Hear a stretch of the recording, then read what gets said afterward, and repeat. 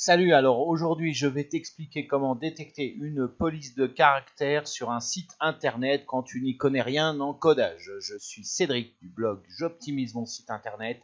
C'est parti!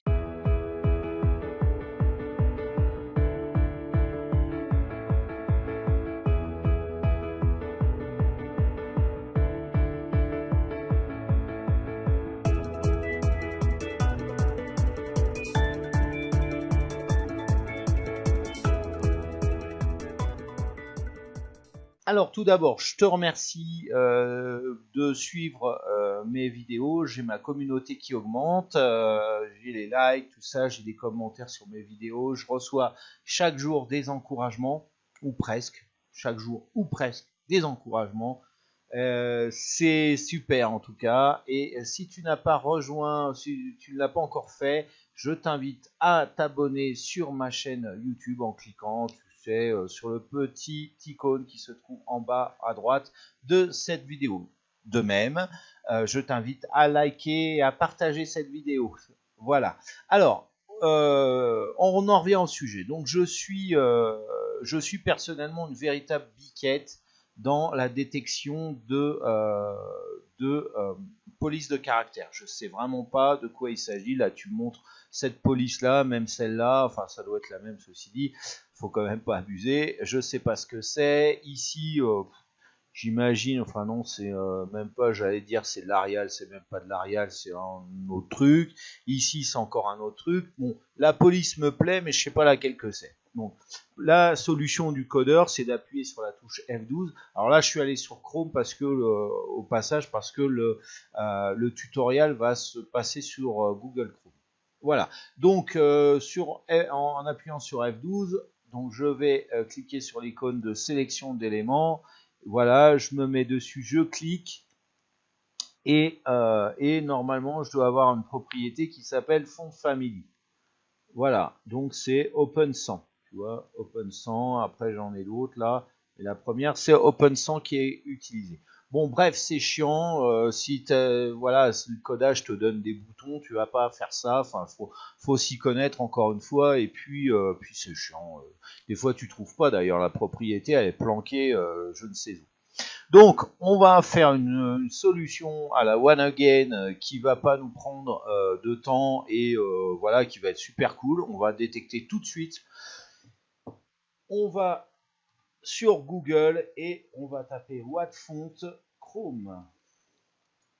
Tout simplement. Voilà, le site. Alors ça, c'est un petit add-on, un petit module sur Chrome que j'ai découvert il y a quelques temps de ça et que j'utilise régulièrement. Parce que encore une fois, moi, tu me mets une police de caractère sous les yeux, je ne sais pas ce que c'est. Je suis incapable de te le dire. Donc voilà. Donc je clique sur Ajouter sous Chrome. Donc l'extension, hop, elle est ajoutée. Voilà. Alors maintenant, ce qu'on va faire, je sais pas si ça va marcher tout de suite, non.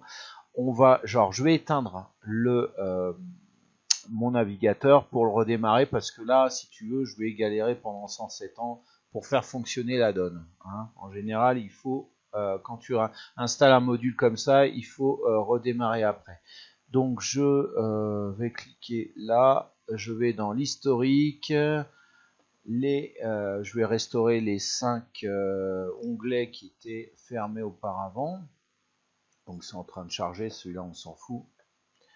Voilà. Et mettons que je veux savoir c'est quoi cette police de caractère. Donc j'ai juste à cliquer sur l'icône là. Et tu vois, il va me dire c'est Robotoslab. Voilà. Ici c'est de l'Helvetica. Bon, si je vais là, si je clique encore une fois dessus, c'est Georgia. Voilà. Ici, donc c'est du Georgia. Je sais même pas pourquoi il met la police là. Moi, j'ai pas lu pourquoi il affiche là dans le contenu la police. Parce qu'il parlait de Whatfont. Bizarre. Enfin bref, j'ai dû cliquer sur un endroit où il fallait pas. Bref, voilà. Donc là, tu cliques. Bon, pour le désactiver, il suffit de recliquer dessus, hein, tout simplement.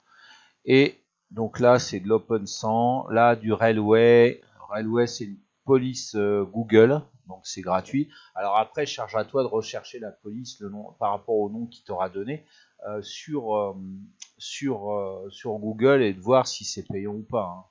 Hein. Voilà. Ici, alors ça détecte pas pour les images, hein, ça détecte uniquement par rapport au texte. Voilà. Parce que là par exemple, c'est pas de l'open source, hein, ça je peux te l'assurer. Donc il doit détecter le code qui est ici.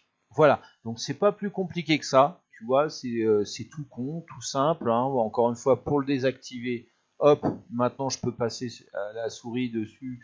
J'ai pas besoin de cliquer hein, d'ailleurs, hein, c'est juste au survol, hein, comme tu as pu le remarquer. Donc je suis tranquille encore une fois, et puis quand j'ai envie de redétecter une police de caractère, je le réactive. Voilà, ben écoute, j'espère que ce tutoriel t'aura plu. N'hésite pas encore une fois à liker la vidéo, à la partager, à la commenter aussi si tu connais d'autres outils en la matière. Voilà par exemple, et n'hésite pas non plus encore une fois à t'abonner à ma chaîne. Hein. Voilà, et ben écoute, on se retrouve de l'autre côté de la caméra. J'ai encore 2-3 trucs à te dire. Donc avant de se quitter, je voulais te parler d'un truc super important que j'ai mis, que je vais te proposer dans quelques instants.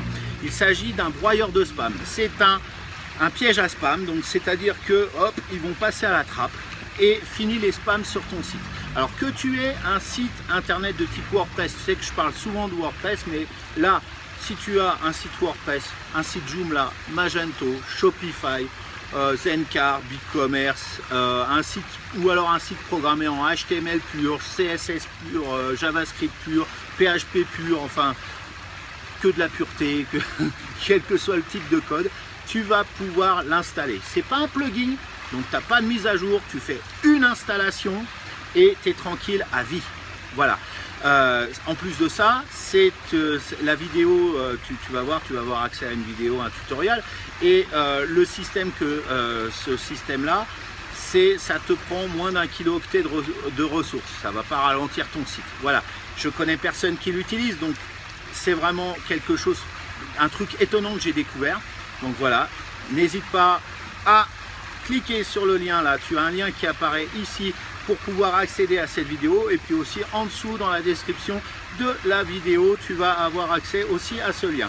À suivre sur cette vidéo, je te propose de me rejoindre sur les différents réseaux sociaux sur lesquels j'opère, donc tu vas avoir les différents liens pour me retrouver, et puis tout à la fin de cette vidéo je te fais 2 nouvelles suggestions de vidéos qui sont sur ma chaîne YouTube. Voilà, et bien en attendant, je te souhaite une excellente fin de journée, je te dis à très bientôt, ciao.